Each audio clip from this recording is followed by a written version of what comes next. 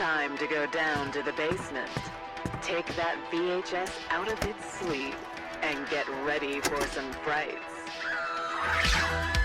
Welcome. Pull up a seat with Mikey and Maddie, and don't forget to turn off the lights, because you are now alone in the dark.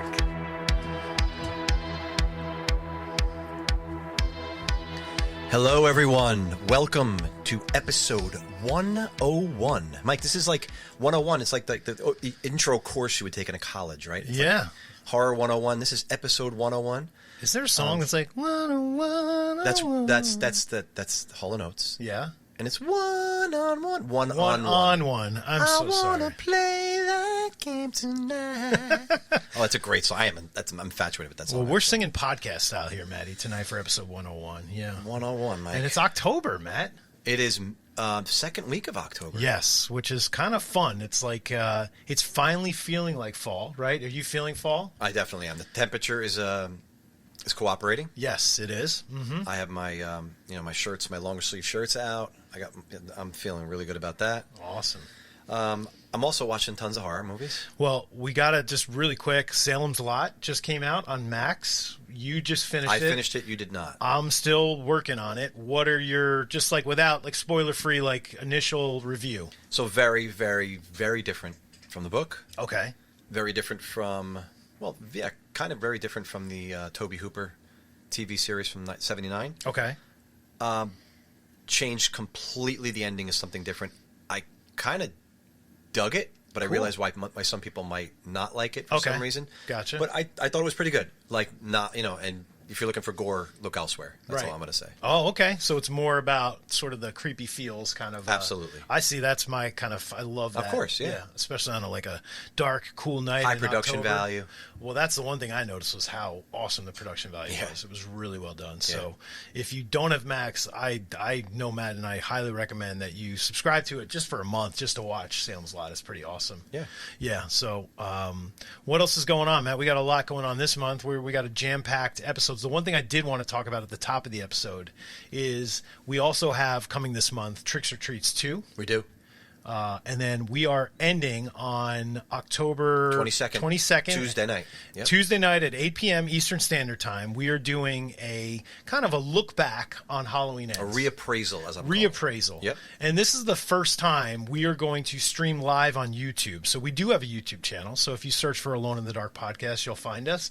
Subscribe to us there. But the most important thing is that you guys get to if you want to be heard on the podcast, as long as you reach out to us via message on Instagram, send us an email at aloneinthedarkpodcast@yahoo.com. Any way you can get in touch with us. If you would like to be somebody to call in and be a voice on the Halloween Ends, just to tell us how you felt about it initially. Genuinely. We want good and bad. We'd like to hear from you. So we are opening it up to you guys. It's really an episode about Matt and I talking about the film, but you being a part of it as well. Right. So we need you guys to message us because we're going to send you a link. So you will be brought into our room in the software we use called Riverside. Yep. There's like a room, and you'll be in the waiting room, and then we'll bring you in when we're ready for you. So let us know if you'd like to be a part of the episode. Reach out, and you can be a Reach part. out and touch someone. Yeah. and then let us know you're interested. Yes. Because you could be one-on-one. I want to say my name on the podcast. That's it, Matt.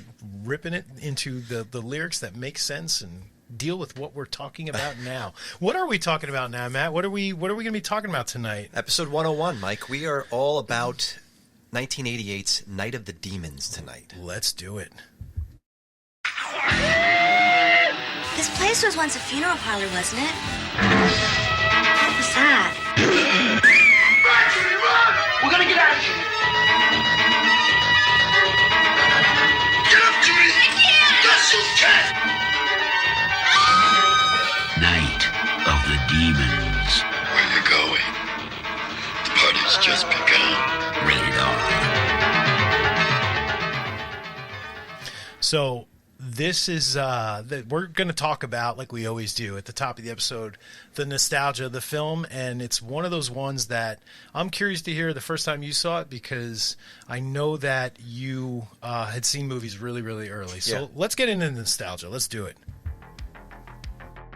The video store. The old theater with the sticky floor and the best popcorn. Your grandma's basement. Be kind and rewind back to the time and place when you first experienced this horror classic.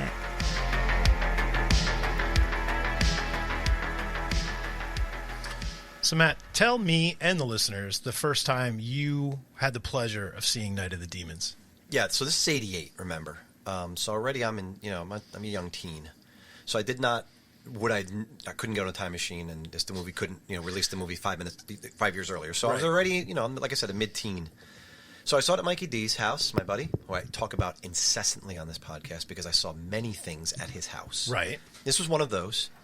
So probably, I want to say, probably either late 89, maybe even early 90, somewhere around there. So I was already, definitely not as scared and I'm going to say right up the top, this is not a scary movie. No. Upon rewatch. No.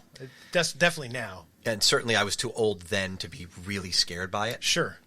So definitely that was my experience. Do you remember? It was VHS for sure. Do you recall when you first saw it? Yeah, no, it was definitely a rental for me. I think the cover is what attracted me to it. Yeah. Angela on the cover, right? Like a party invitation? Was there a party invitation? Yes, the party invitation. Yeah. Yep, that was it. And that's what kind of attracted it to me. It was one of those movies back when I was just binging horror when I was a teenager. And this was definitely one of them. Or it may have been recommended by the great folks that own the West Coast Video that I used to go to. That might have been it as well, because a lot of times he would say, you need to check this one out. You know what I mean? So I would say it was probably that. Where did you rent it from? Well, Mikey D had a store. I believe it was called Palmer Video. Which was Palmer in Video. North Middletown / Keensburg. I remember Palmer. On 36? Yes. On Route 36, yeah. So that's where we most likely got it I from. love that. Palmer Video. That's awesome. Yeah. Good stuff. Yep. So what was your initial thoughts? Like, were you scared by it then, or? Well, I like, first of all, the tagline is lacking. It's wanting a little bit. So Angela is having a party. Jason and Freddy are too scared to come, but you'll have a hell of a time. So obviously it's a cash grab. They're trying to grab onto anyone who's into horror. This is like Sleepaway Camp 2 or 3, the one where Yes. she dons the mask, Yes. the hockey mask or Yeah, whatever. yeah. It's one of those. Yeah, I Yeah. agree totally with you. And Yeah. it's just too wordy and it doesn't really say anything. No, it doesn't. It doesn't say anything about besides the party element, Yeah. right? That's about it. Came out near my birthday, October 14th of 88. Oh, so nice. 14th would be Monday. We're Yeah. recording this on Friday, so it's the 11th today? Yes. Yeah, so we're 3 days short of what would be the 36th anniversary of this film being released. That's exciting. Good stuff. Filmed in 87 under the working title is awesome, by the way. Halloween Party. Oh yeah, I love that. I wish they would have. They weren't allowed to, and you know why, right? Because wasn't there another film called Well, Halloween Party? I think just based on the fact that it referenced Halloween, I think the people from Halloween had a problem with Okay, gotcha. Mustafa got involved. it. Mustafa. The really funny thing about this movie is, I think it was in Detroit, where it kind of did its grand big opening. It was doing like a regional thing, Okay. and they did like fucking gangbusters their first weekend. Oh, really? Like it did, like so much money, and they realized if they had released it like wider, Yeah. it would have made like $13 to $15 million. They would have killed. So I want to know, Mike, who is the idiot in distribution that screwed this up? Like, where is this man? Is he hiding, not showing himself anymore? Probably, because if he failed with this one, he probably didn't get much work, or he got work similar to this. It was probably a lot of kind of smaller budget. Not that this was a super small budget, right? No, but it only got over the finish line of like $3 million, barely. Yeah. Like Yeah. where it could have made four times as much. No, this is definitely a cult following kind of Yeah. film, right? For Yes. sure. So yeah, I don't know. That guy's definitely he didn't do much after this, I wouldn't imagine. Yeah, but the critics, as you can imagine, as they eviscerate a lot of horror films, but the New York Times is pretty eloquent in their evisceration of this movie. The cleverest thing about Night of the Demons is its advertising campaign, and that it is stupid, it is sexist, and at 89 minutes, it feels unforgivably long. Wow. Okay. Wow. Tell us how you really feel. Jeez, they tore into that Yes. movie for sure. And online, I saw one guy made me laugh. It makes Friday the 13th look like Citizen Kane. I thought that was that should Mike. You should put that on the poster. Oh my God, that would sell tickets. That would, yeah, that totally in an ironic way, but it would still sell you tickets. Yeah, yeah. Jesus Christ. And somebody else. This is my other favorite one. It's a joyless, scare-free Evil Dead knockoff that has absolutely zero redeeming qualities if you're not a teenage boy living in the 1980s. Wow. Yeah. So. I It pretty much tells you. I could see that too, but it's a little harsh. Yeah, that is a little harsh. So you got anything else about the nostalgia? No, of this film? that's about it. Kevin Tenney, right? Did was the director, and his brother actually did the music, which I thought was cool. That's right. It was a brother kind of set up with them. But no, I just remember watching it. I think I've watched it probably a handful of times in my life. Do you own the Screen Factory Blu-ray? I do own the Screen Factory. You had to Blu-ray. think about that. I don't know. I was trying to think if I had the VHS tape because I was going to play it for a little video because we're going to be a lot. We have video content over on Spotify if you want to check us out there, plus YouTube. But the VHS I don't have, but I definitely have the Screen Factory. Awesome. But it's not a movie. I don't know. We'll get into it. But it's not a movie I watch very often. Okay, so, yeah. Fair enough. Mm-hmm. All right, so let's get into the settings and the locations of the film then. An isolated farmhouse, a summer camp, maybe a musty old attic or a dark basement perhaps. Let's visit some of the spooky settings from the film. So this is filmed like in the heart almost of South Central Los Angeles. Which is crazy to think because they really do a good job making it look like it's in the middle of nowhere. They do. Like in the middle of America almost, right? It's right. Like very like the Hull House there. Or New England or something. It's got that, Hull House. You know there's a whole myth about the Wizard of Oz and if and someone hanging themselves. Yes, yeah. So if you listen really close to the soundtrack in one of the parts of this movie, this is what I heard anyway. You can hear someone popping a cap in someone's ass in the distance. Shut up. Are you serious? South Central, man. You never know, man. I don't know. I made that up, obviously. But an abandoned funeral parlor, how that's a great setting. Though. Yeah. You have to say for a party? Sure. And I heard that the filmmakers didn't touch anything. Okay. They didn't set dress it at all. They used it as is. And it was abandoned, and it was, Which sounds cool in theory, but in my opinion, I wish they would have done some work to make this film look a little more haunted house, Halloween night kind of a thing. Aesthetically, I like that they didn't dress, because sometimes you can feel the faux or the fake aesthetic. The fact that it just is this naturally dilapidated piece of turd crap old house. Yeah.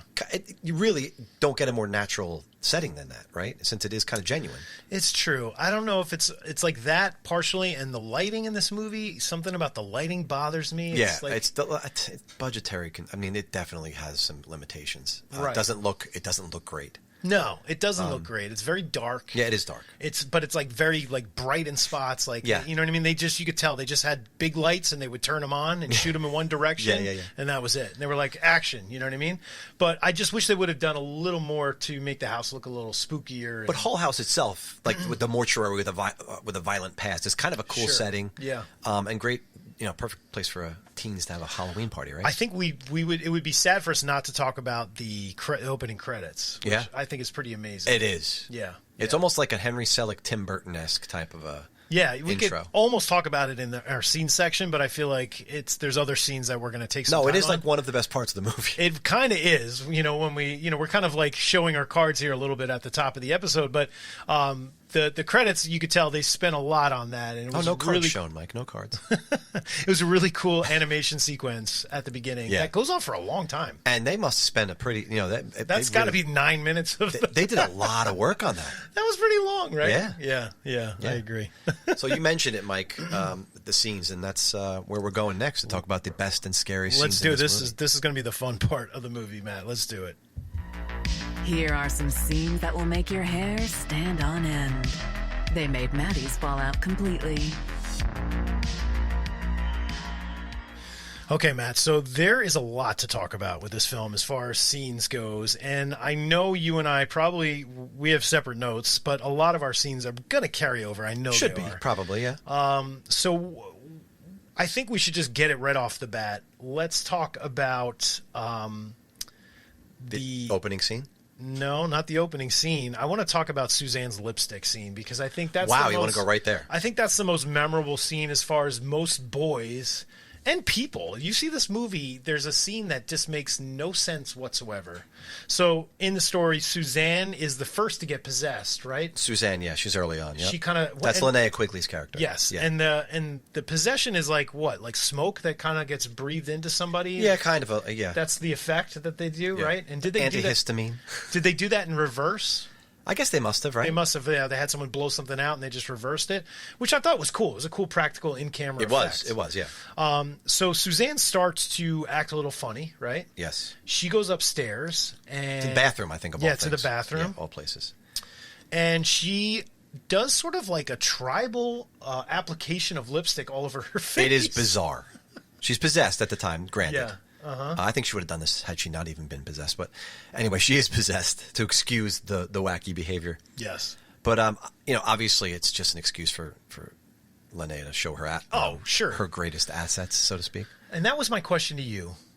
She takes the lipstick and pushes it through her nipple. Yes. And the lipstick just like gets sucked in and just disappears. Do you think Travis Van Winkle from Friday Remake would like this? Perfect nipple placement. Probably. He might dig this. It is perfect nipple placement. But Sal turned her down, and then she does this. So maybe, like, I don't know. She seemed like she really wanted Sal, and when he turned her down, she did this weird ritualistic thing. Right. But what was this Linnea who came up with this idea, or I was wonder. this the filmmakers who said you're going to do this? Was this an on the page, Matt, or was this some freaky thing that they just came up with on the spot? Well, you can't, because that effect, that's it has to be a Linnea wearing, thing. She's wearing a breastplate. That's how they do the effect, Yes, right? And I yes. think it has just like, remember those like coin purses? Yes. That used to have? Yes. And you'd like put change in it and it would just close up? 100%. That must have been how they did this Yes. effect. So I'm curious, like, what is the meaning of this? There's scene? no way, though, but speaking of exactly what you're saying, there's no way Kevin Tenney was like, okay, first you're going to trace a line from your neck around the perimeter of your face, your left boob, completely, like, just press it inside your... There's no way, like, maybe they had the nipple effect idea. Right. Because it's just bizarre and it's just Sure. something that hadn't been done before, frankly, Yeah. right? But I just kind of think Linnea, like, they just turn the camera on, like, listen, do something weird with the lipstick on your face and Right. let's go with it. But end up on your boob. I guess. Like, to me, it's just very strange. And I would just like to know if anybody knows what the meaning of that was. I would like to know, because it's so strange. And But if this were real, if tit storage was a real thing, Mike, I mean... tit storage? You think about it, you wouldn't have to carry a purse around. It would be very convenient. A lot of women stick their phone in their... Yes. and they put, like, lipstick in between their cleavage. So I guess, was that what it was? It would be... This is the earliest form of, like, economical, like, ways to carry your stuff around. Surgically, people are getting Botox. Maybe women could get, like, a little slit in their breasts and just... Maybe. But let's go back to the opening scene, Mike. Yes, okay, man. I mentioned it. Sorry I jumped in. No, but you're right. That was the most recognizable scene and what this film is known for, probably.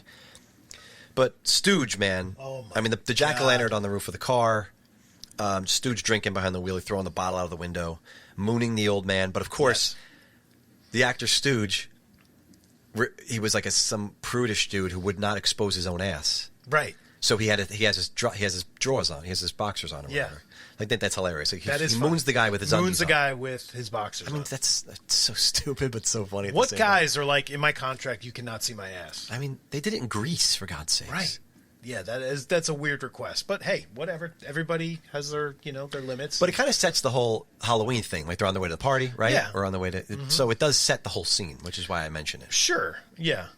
And then, of course, it runs right into shortly after that the supply store run where you first meet Suzanne. Love it. Yeah, right. this is a scene that I But do dude, love. this is like a little. It's like the Vincent Drugs of quick stop stores. The way it's is. decorated. Yeah. They have like these little like cardboard decorations in every single aisle. There's scarecrows. There's cardboard pumpkin. You know the ones that fold flat and you like unfold them and it's like it becomes a 3D pumpkin. Yes. Like it wasn't like a paper mache 3D Yeah, pumpkin. yeah. There's those like hanging out in the store. It's crazy the decorations in the store. Well, you know what I wanted to mention too was there's that Michelob Light ad that with what's his name Martin Hull. Yeah. Martin Mull, you mean? Martin Mull. I'm Yeah, yeah, sorry. yeah. There's a scene where she's going by and you see a bunch of masks on the counter and you see that Halloween ad for Martin Mull's Michelob Light ad where it says, oh, what does it say? I thought I had it written down, but I don't.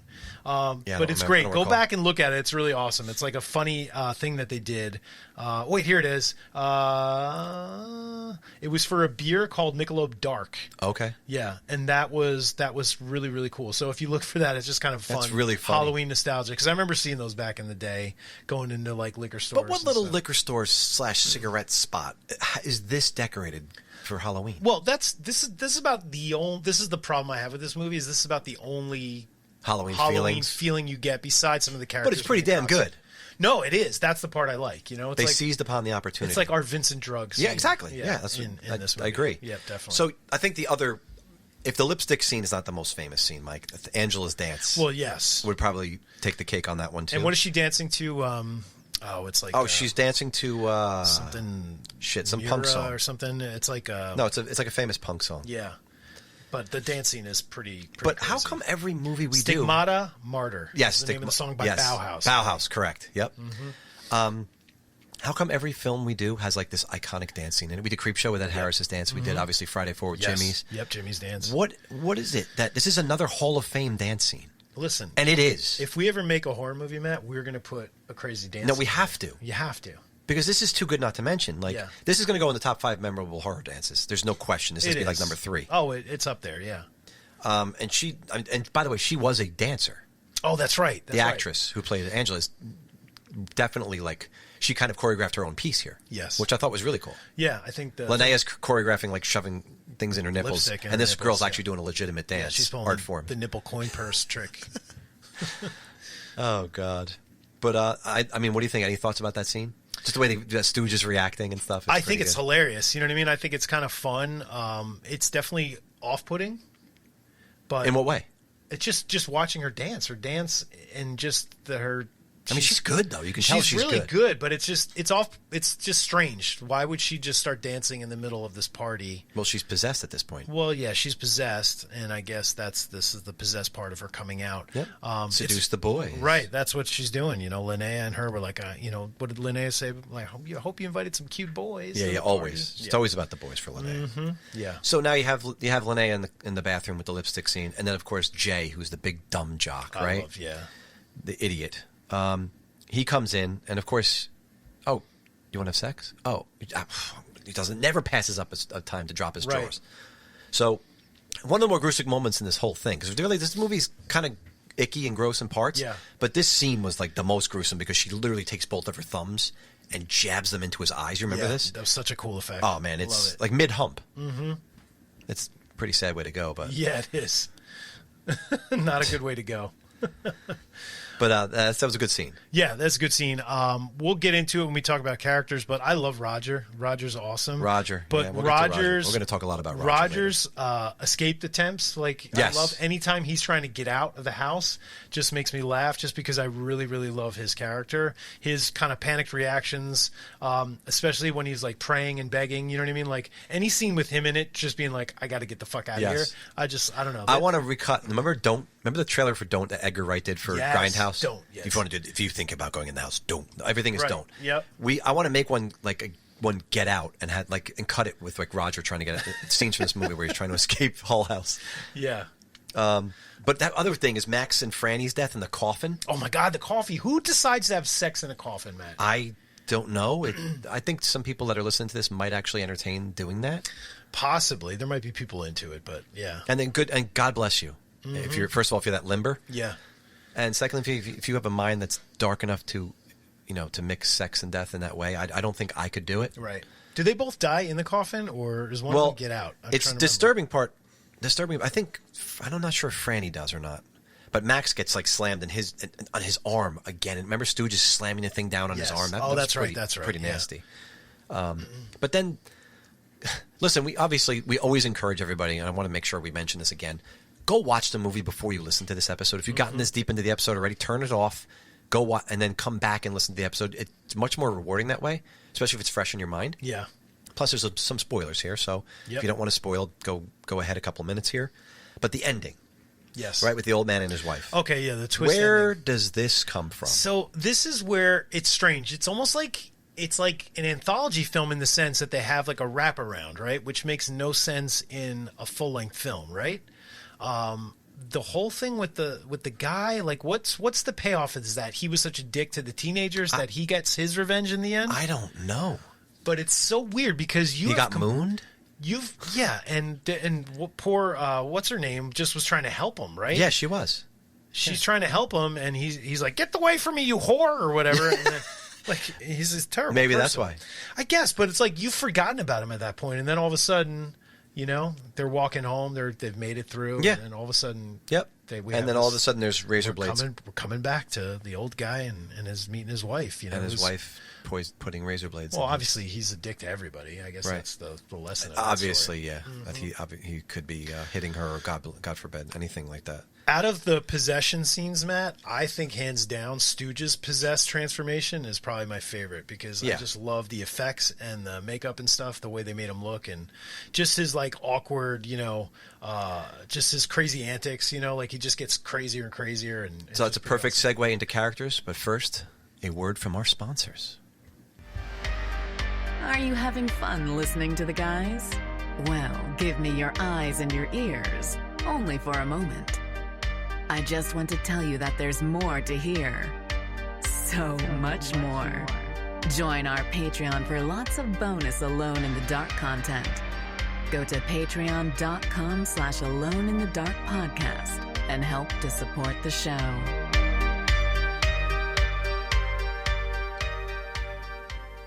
So characters, Mike. Cardboard, thin.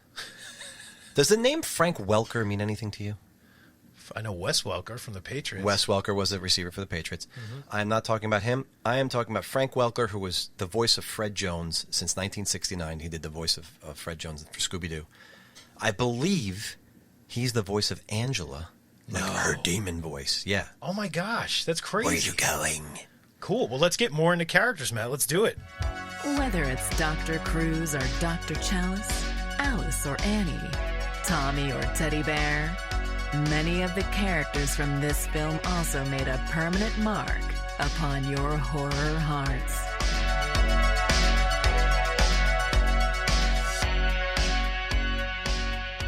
So, in addition to Mr. Welker, who made the huge leap from kids' cartoons to a horror porn movie, that's amazing. Let's talk about Stooge, Mike. You mentioned Stooge. Yes. This guy is a drunk caricature at best. He's not even listen. He's stereotype, but he's not even a fully formed stereotype. No, right? He's not. He's so mean. It's like an invasion of the body snatchers, and like Stooge's character got stuck mid metamorphosis into a dumbass, drunken party animal, and he just didn't quite get there yet. Right. I mean, he makes the dudes in Porky's who are looking through the peephole look like Sir Laurence Olivier. Like he really does by comparison. Like, and every time he ends a sentence, it's like, bitch. Well, he says bitch. Like, that would be a fun. I was thinking drinking games for this movie. Yes. Just to drink every time he says bitch, because he screams it at. What's the one girl they're driving up in the car with? What is her name? I can't think. It's not Suzanne, right? I can't remember, but he's talking to her. Yeah. And like, she's going to like, just lower the radio. Sit there, bitch. Get off that. Oh my and he's God, like, shut up and drive, bitch. Yeah. And then he goes, like, when the mirror breaks, whatever, you cannot take this bitch anywhere. It's like every time. Every 2 seconds, he's throwing bitch, dude. He's such like a bastard, dude. Oh, Helen. Helen's her name. Helen, that's But by the way, why are Helen and Roger friends with this guy? They're going to the party with Stooge. I know. How did they become friends with Stooge? Well, this guy would have been left at the side of the road a long time ago. That's crazy. No one would be friends with this guy. He's such a prick. I just don't see it. I don't get it. Do you have anything else on the Stooge front, Mike? No, like I said, I like his transformation. His reaction to her dance is priceless. Yeah, it's pretty awesome. I think he's just an idiot, dude. Yeah. He's just an idiot. You said, he's definitely very cardboard, like you had said before. As the young kids say, he's like a tier 3 or a tier 4. Like an F tier idiot. Yeah. So Suzanne, our friend Linnea Quigley, I don't know if it's supposed to be her character to talk like this, but maybe it's just a Linnea Quigley thing. I don't know, but her delivery of lines. You know when Julianne Moore is in the porno within Boogie Nights and she's talking badly, because she's a phenomenal actress. Yeah. But she's talking badly to Dirk. I think that you have the job, but first let me check on something. There's a giant cock. And that's how Suzanne delivers every one of her lines in this movie. She's trying to be like Valley Girl maybe or something. Maybe. But it's like, I just want to look good for the boys. Yes, that's the line I was going to bring up when she says that line. It's crazy. It's so over the top. What? Yeah. It's ridiculous. No, so that's not directed. That's just her that's reading her lines and going, Linnea, great job. Cut, print. Yeah, I don't think they paid attention too much to what was happening with the characters in this movie. I mean, think about how they introduce her character. Bent over. Yeah. Ass exposed. Wearing non-existent panties. And 2 store owners just staring. Yeah. Which is like if they said prepubescent boy watching this movie in the 80s, right? Yep. Or after. So her backside, Mike, was her best side. That's why you introduce her in that way? That's pretty much, that's where we're going. Is that where we are? I mean, that's what we can say. Her mother must be proud. But her mother I bet you her mother actually is proud. All the boys Which watching the movie and, are very, very excited about that scene. It's definitely... I mean, Return of the Living Dead, she's stark naked for like 15 There you straight go. minutes. Yep. And then you have this movie. And, she's pushing, she was lipstick. 30 at the time. She was 30 when they filmed this? I think she was 30. That's crazy. And the thing was, she's kind of a cool chick because she wasn't expecting she's like, in that way, she's not like full of herself. Yeah. Because she wasn't expecting that she would even be hired for this little movie. Right. She didn't think, she's like, oh, I'm not, why would they want me? I'm 30.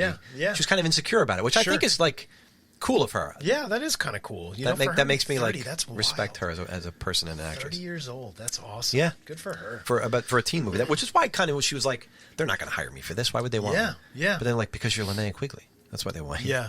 You got impaled in Silent Night, Deadly Night in deer horns, and you were naked in the cemetery, like saying some weird Doing shit another about dance. Yeah, right? exactly. Can we talk about Glazer? I mean, Sal Sal Romero. Sal is. We both love this guy. I'm sure. I do love him. I mean, the way he starts the movie scares the crap out of an old man, right? Yes. Making him drop all his groceries. Yep. Then scares Judy's annoying friggin' little brother. Yeah. He comes to pick up. Hey. It's in a line later. I'm gonna do. I'll go there later.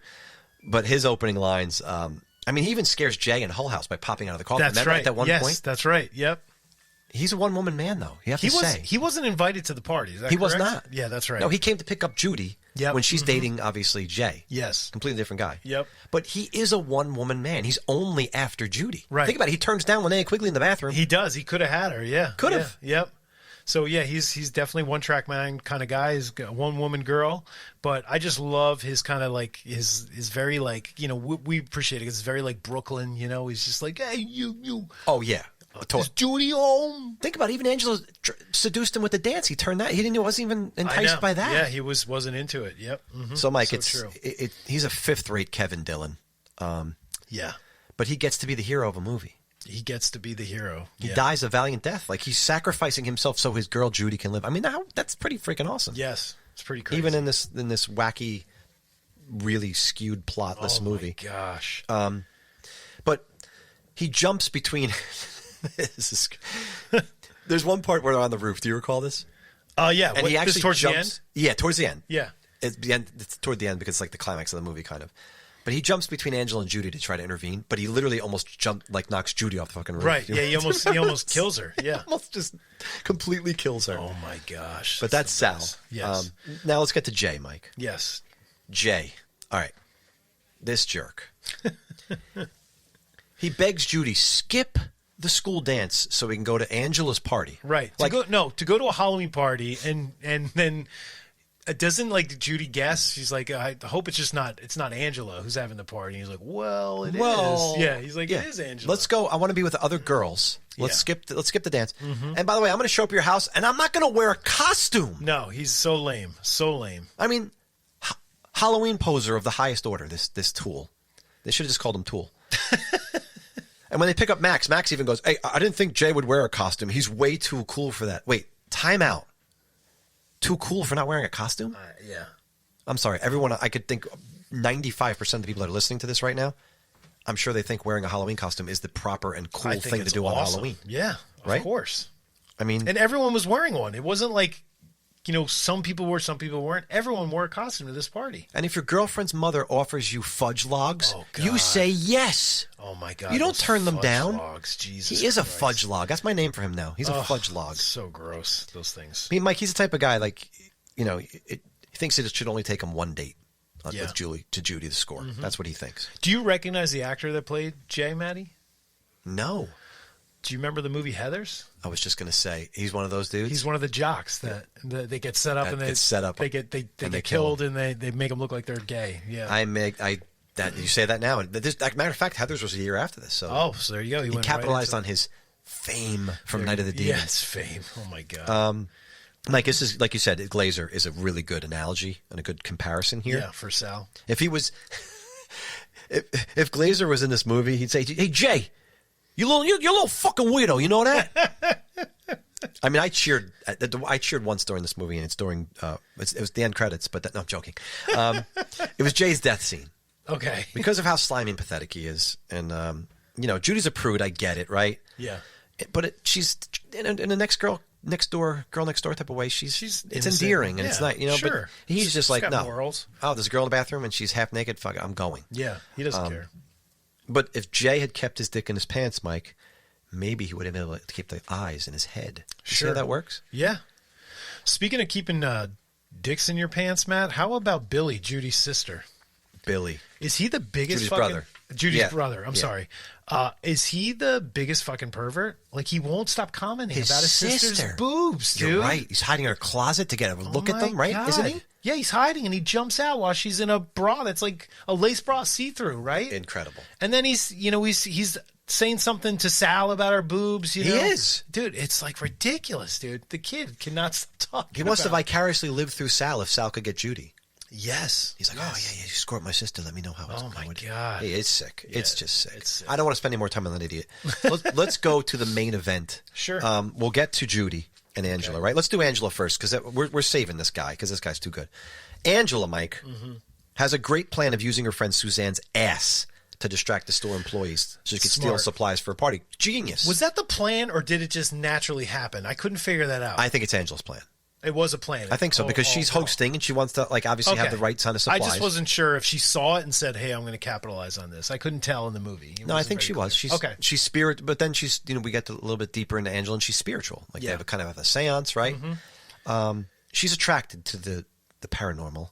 She also knows that the noise, the stink, and the chill are like these three signs of demonic infestation. Like on a deeper level, she's connected. She's definitely done her homework. She has. Yes. But Amelia Kincaid, that's the actress's name I couldn't remember before. I just popped in my head here. She was the professional dancer, which we talked about before. But who her aunt was in real life? Did you read about this? No. Rue McClanahan, Blanche from the Golden Girls. Oh, my gosh. Was a real life aunt. Wow. Who came to the set of this movie. No way. That's so cool. Now, after this, do you think she took her aside and said, "Honey, you sure you won't be in this?"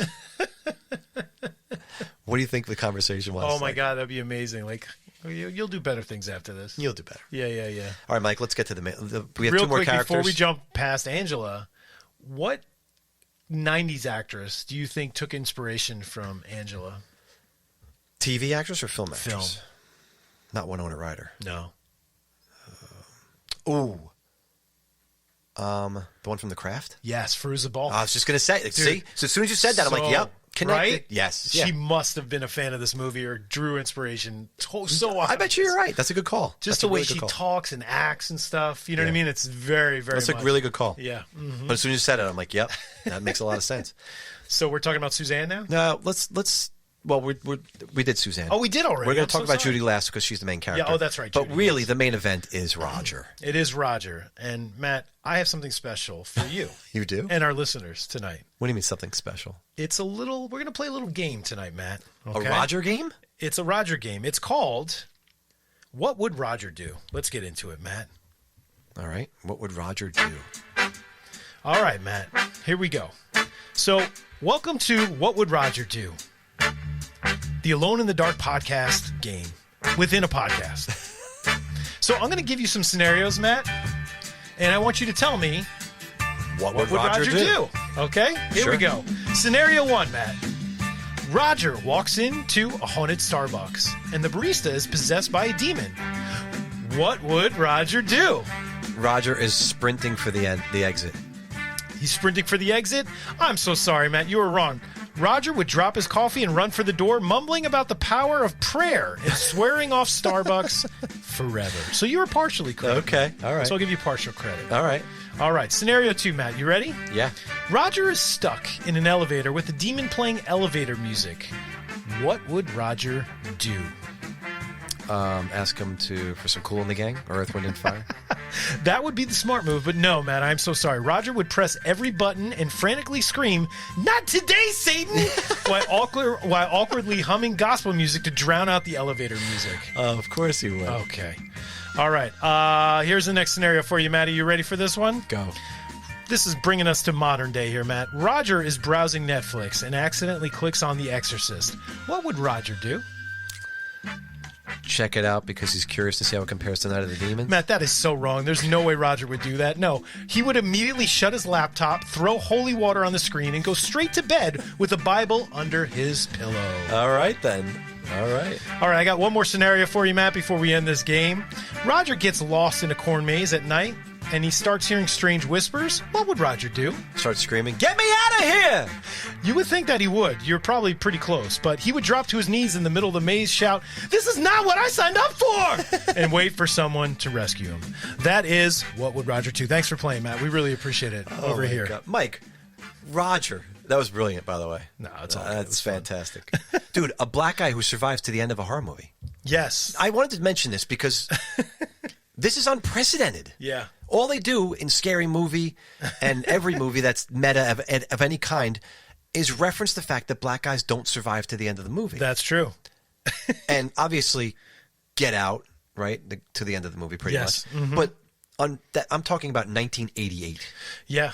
It doesn't happen. It doesn't happen. This was not a thing. And he's the one who's like, and he's very tuned into the evil in the house. Oh. First one to leave. He's so religious. Right? Hides in the car when Helen disappears. Oh, my He's a God. scaredy cat of the First Order. We know this, right? Matt, he fucking jumps. He's standing there with what's her name, and he's like, what does he say? I forget what he says, but he's like, "I'm not doing this now," and he just jumps through a fucking... She has to console him. Yes, but he fucking just leaps. He leaps off the... Yeah, he just leaps off the fucking roof. I love it, dude. He's my favorite, dude. Oh, he's the smartest guy in horror. In horror. In horror, he is the smartest guy in horror. You heard it here first, folks. You heard it here. Roger, the smartest guy in horror. Urban legend, top 3.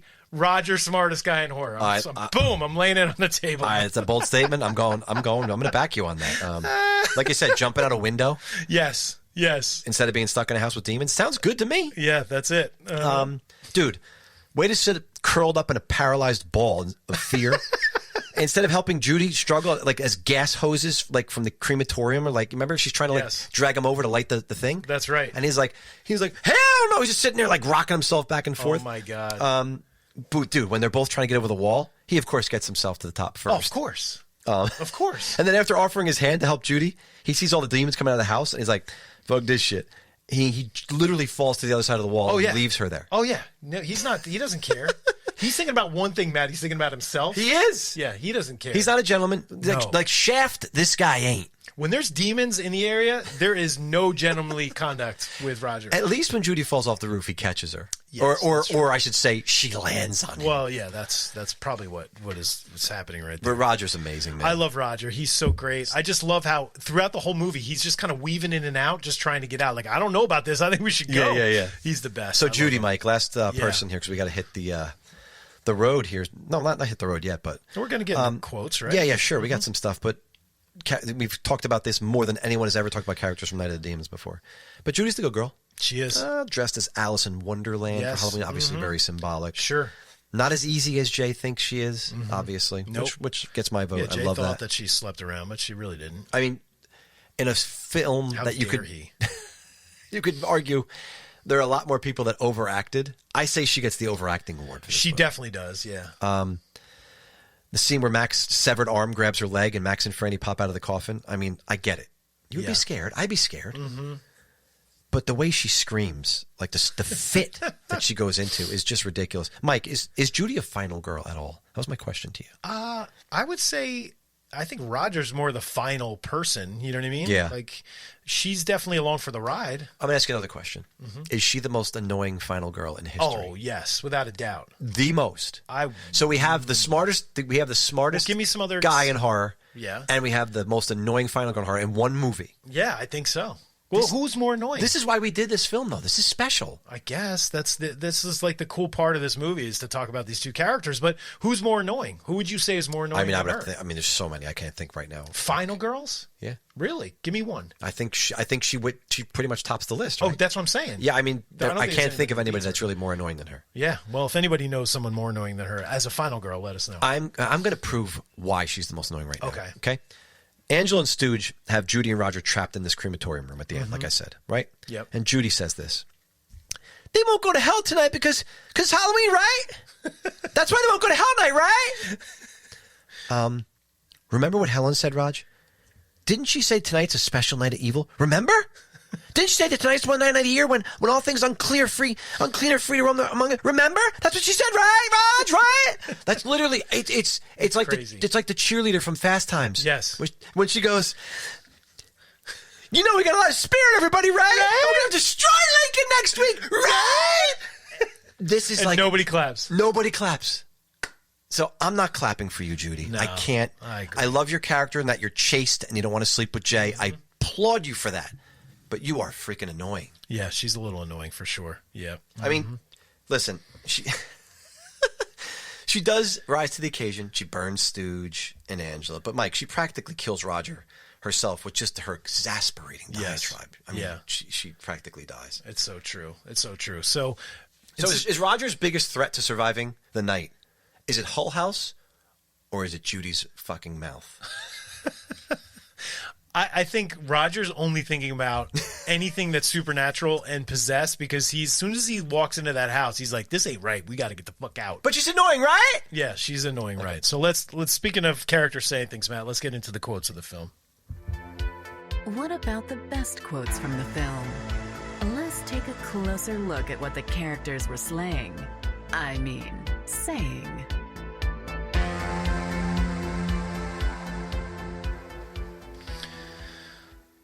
Eat a bowl of fuck. I am here to party.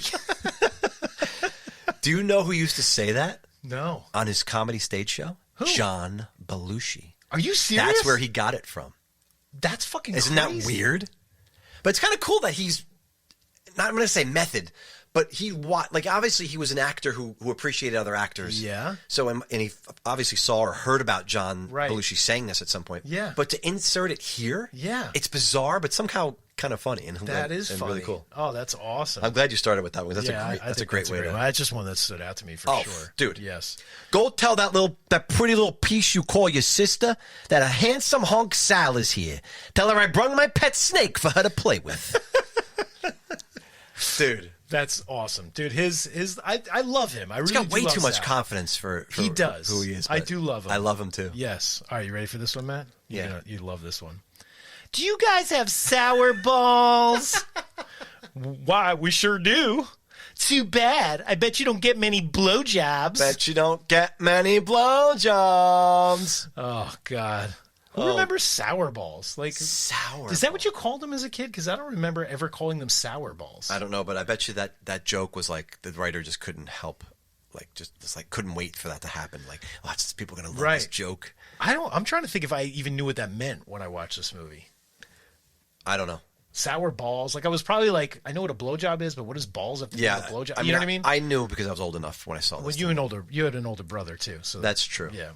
But how about this? Good evening. Allow me to introduce myself, Sal says in his Dracula voice. And Max goes, yeah, Count Dingleberry, the flaming asshole of Transylvania. There is some pretty good lines in this movie. Oh my gosh, there are. How about Angela? Oh, don't tell me you're leaving. Sal wanted to go, but he decided to stick around. that was, And the way Sal she has says the it's wooden good. stake through his heart, right? Yes. Yeah, that's pretty cool. That's like a Schwarzenegger kind of line, you know? It's Sal. But Stooge is a fat pig, Suzanne. Maybe I'm in the mood for pork tonight. And Stooge goes, Oh my Oink, gosh. oink. Yeah. I mean, Yeah, that's right. We forgot to talk about the costumes. Yeah. He's We got had the to- the he's got Oinker costume, Yep. right? We have the doctor and the nurse, right? we have the doctor and nurse. We have Alice in Wonderland, which Yep. I said Judy was. Yep. We have the costumeless Jay, Yes. Prick. which is just an anomaly in every sense. So Mike, I stupid. thought it would be appropriate in this movie, of all things, to have quotes from people outside the movie. Like Interesting. the filmmakers. Okay. So what do So you got? producer Jeff his name, this is his real name, Shut Jeffrey. Shut up. There was a conscious decision on all of our parts to make a film that was different from Witchboard, because Kevin Tenney had done Witchboard in 86. Makes sense. Yep. Yeah. Now we want to blow it out. Show what we can do with effects.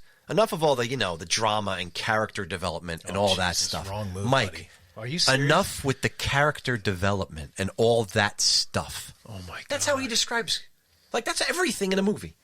Right. So enough with all that. We're just going to make shit look cool and blow shit up and make it really big and gross and icky. Mm-hmm. Screw all that character development stuff. And it shows, by the way. You sure that's not a quote from Damien Leone? Wow. Well, the first one, right? The first one. Who's a really cool dude, by the way. But no, he's really cool. But that's the first one he didn't have story. And then he decided to do story. It's debatable. Yeah, okay. Steve Johnson, who is the special effects artist on this, and who did a friggin' hell of a job. Amazing job. The effects is definitely one of the strong points of this movie. But this is what he thought when he was hired to do the film. I didn't think it was the writer's film or the producer's film, and it certainly wasn't director Kevin Tenney's film. This was my movie. What? This is my breakout film. Oh, my God. We're going to do it how I want, the way I want, when I want it, and as many times as I want it, God damn it, until I'm happy. Holy shit, that's cocky as hell, man. But That's crazy. but he's he saw this opportunity to show what he can do. Right. Right? Yeah. So Wow, I'm that's sure as an wild. older guy, it's easy to say this now. I'm sure he didn't say that in the moment. Yeah. But that's what his thinking was. Jesus So his Christ. bravado, when every time he probably insisted, no, we're doing that effect again, or we got to do it right. Yeah. This doesn't look this was his showcase. This was his resume. Yeah. That's unbelievable. Yeah.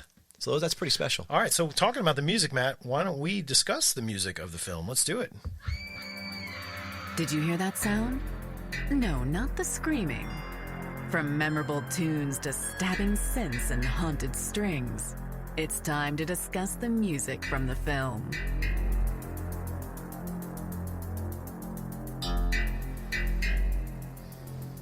So the score was done, as I said, from the director's brother, Yes. Dennis Michael Tenney. Mm-hmm. It's a family affair. I think that's cool. It's always cool. It's a family affair. It's a family affair. The score is very synth heavy, obviously. It is, yeah, very 80s synth. During the credit sequence, fantastic. Mikey, you mentioned Stigmata Martyr, the goth rock Godfather's Bauhaus. Yes. By the way, from their 1980 album, In the Flat Field. That's a strange title for a punk album, but That is a weird title, yeah. But if you've ever seen the music video for the song, Mike, the lead singer of Bauhaus, Peter Murphy, looks absolutely possessed himself. He's gyrating spastically. So it kind of is where I think directly where Angela got her moves from. Oh, really? Because if you watch the original video, it was this song was out before the movie, Oh, yeah, obviously, and Yes. then the music video was as well? Yes. Okay, gotcha. and also Angela's costume very goth inspired. Yes. So it harkens back to Bauhaus, kind of the way it looks. But and I love the song at the end of the movie, which I'm including on my next, I believe, on my next list. Yeah, you're stealing it. Yeah, I love it. It's a great song. That is good. Anything to say about the music? No, I like the score. I thought it was pretty good. The music was, I think the Bauhaus song was good, but I don't know. I'm not a huge fan of that song as far as music that I like. And there's other music that would have fit better here. I don't really know what that would be, but I just feel like, I don't know. It was okay. No way. Well, yeah. You're wrong. That would be great. Yeah, throw that in there. Maybe back in there's a man with no life in his See? eyes. See, those are good choices. I like that. But speaking of, these sound like these keyboards, like the Radio Shack keyboards, and not like the really good. They're like that really produced. early synth. Yeah. They're really kind of, but it lends to the Oh, it does. Yeah. the whole, the production value of the film. Sure. Yep. And the aesthetic of the film. It's very low key, and it's obviously low rent and low budget, so it fits. I agree.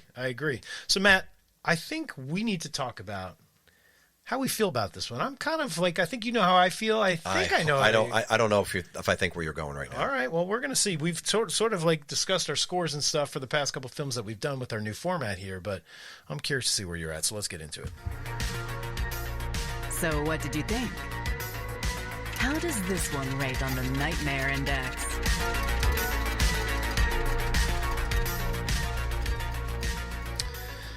So, Matt, should I go first or? Well, yeah. I mean, if you'd like. God damn it. I'm going to go first. Okay. So, Matt, I'm going to predict. Can I predict? Go ahead. I'm saying you're giving it a 1.5. No. Wow. That's really low. Okay. I'm giving it a 2. That's where I am. All right, so we're both at a 2. Yeah. Okay. But a solid 2. Here's the thing. Solid 2, yeah. This is the lowest rating either of us have given a film thus far. That's true, Since we yes. started this new format. And that's okay. That's all right. Right, it is. But just because it's a 2 doesn't mean it doesn't warrant being talked about. Of course. Right? We mentioned some things that you think are the Sure. like unprecedented things, like The effects are great. He's the smartest dude in horror. Yeah. She's the most annoying final girl. But then good things like the score is great. Yep. The Roger's effects are awesome. cool. We love the hell out of him. Yep. He's entertaining. Sure. There's some great lines there's some fun lines in the movie, even though they're kind of not the best lines. Right, but best they're written. memorable enough. They're memorable. They're I fun. remember talking with my friends about them back in the day and joking about it and stuff. The dance scene, Linnea's dance scene. scenes, yep. It's some good stuff in here. So I think, personally, I know you said at the top of the episode you don't watch this very often. No.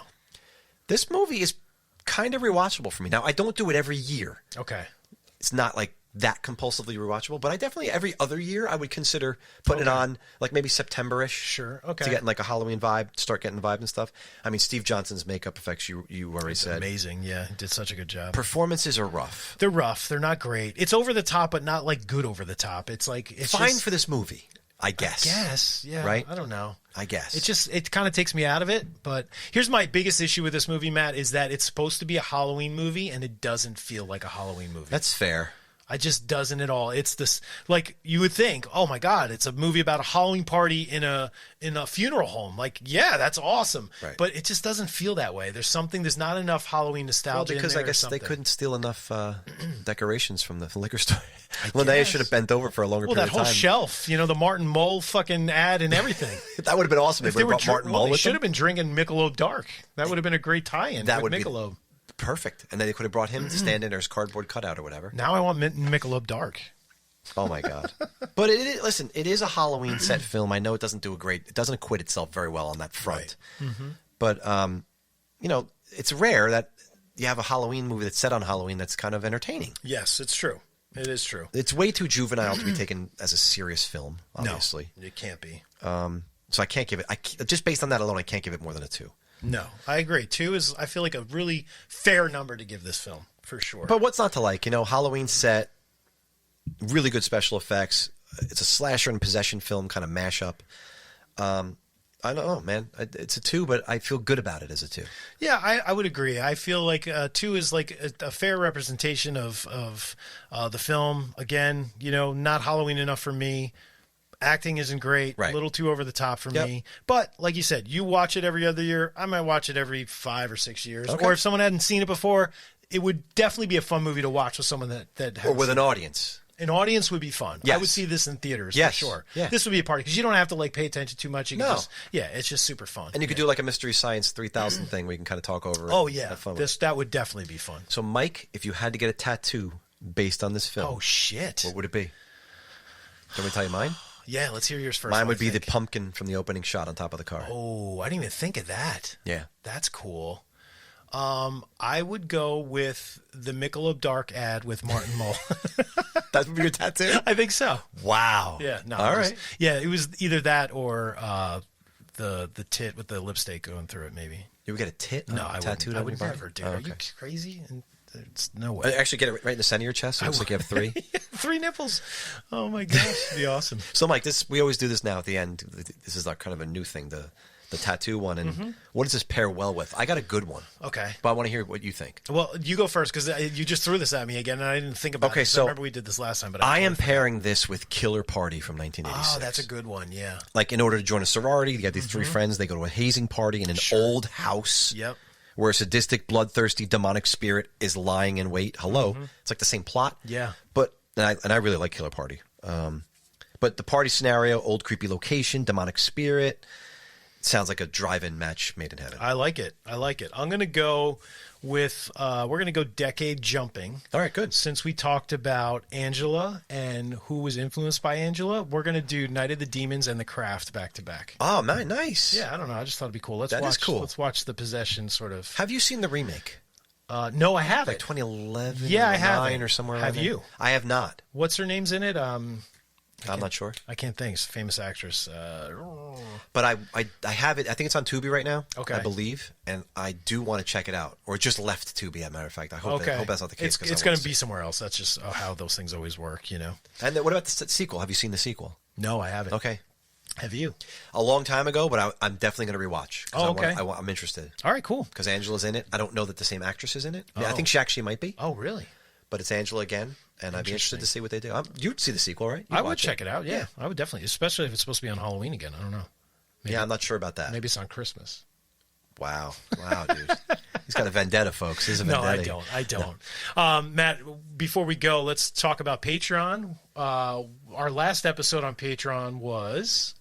Well, we did Cammy's episode. Yeah, that's right. Our good friend Cammy, and we talked about sort of like films that are kind of like have staying power, right? Horror Yes. films that have staying power, which And was why? fun. Yeah, why do they have? So Cammy is not lucky enough. Cammy, we're lucky enough to have Cammy at a high level tier where she's been really supportive of us, and we kind of developed an episode for her and with her on it, which was super great. So that was super fun. Yes.